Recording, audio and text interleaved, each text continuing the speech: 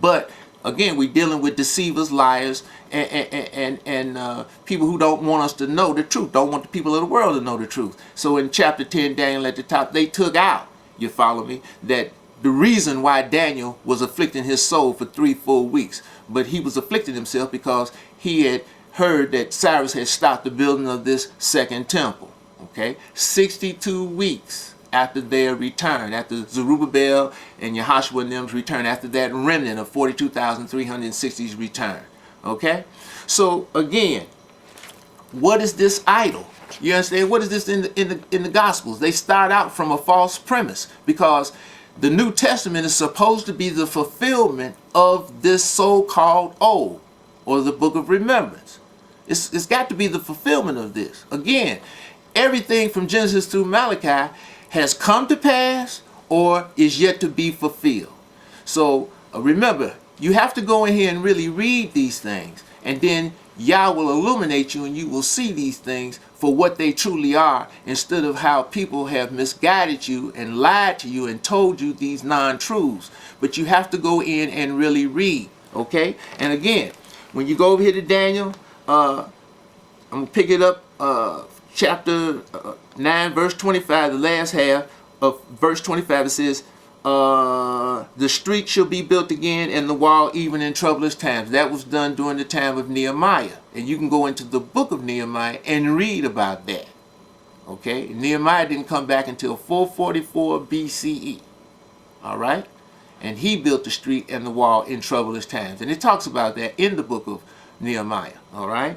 And then it says in verse 26, after 62 weeks shall Messiah be cut off, but not for himself. We just told you about that. That was Zerubbabel. You got stopped.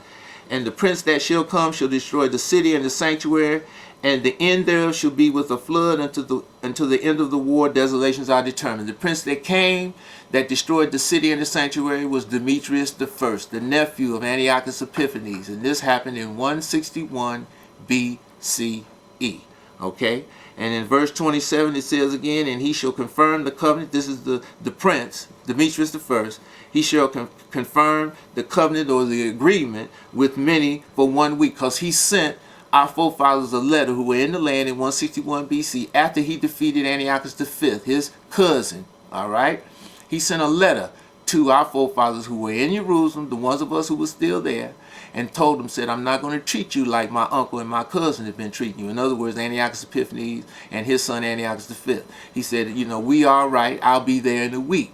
But he got there in the midst of the week.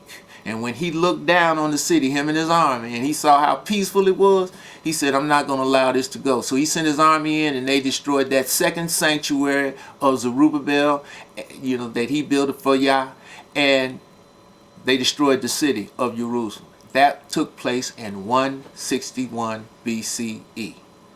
Okay? You read about this in the Maccabees, if you're fortunate enough to get one that's in its, you know, without it being tampered with. So again, with that, we're going to cut off, and we're going to leave you again with the thought of, ask your pastors, ask your ministers, ask your preachers, okay?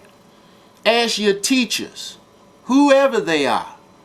Bring these, I hope you take this, okay? Because it's kind of involved. It's even more, you know, but we had to cut it down for time constraints. But I take this to whoever your teachers are, wherever you're going, that's supposed to be teaching you the truth, and bring these things to them. Open up your book, bring it to them, and ask them about this, okay? Because again, it's plain if you're really reading the book, which you must do if you want understanding of the book. And most important, what you must do what Yah says to do for him to give you the understanding, because all wisdom and understanding comes from Yah. You understand?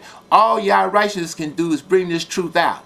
You follow me? But if you're not doing what you're supposed to do, you're never going to understand it. It's just that simple. And all who want to continue to follow idols and images, you know, that's your decision. And you got to live with that. And you have to answer for that. But all who seeks peace, truth, and righteousness, then you will do the necessary things, you understand, in reading this book, and so that you can discern for yourself. And wasn't that the prophecy in Malachi chapter 3 at the end, when Yah said he had a book of remembrance written up? Malachi, the last prophet of Yah, before today. All right? The last prophet of Yah.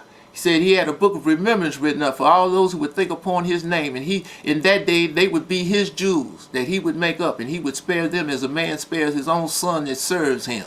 Then you shall return and discern who's serving Yah and who's not serving Yah. So with that, for Yah righteousness, Jerusalem and the holy seed, blessed be the name of Yah. And bless all the audience out there, and peace, audience.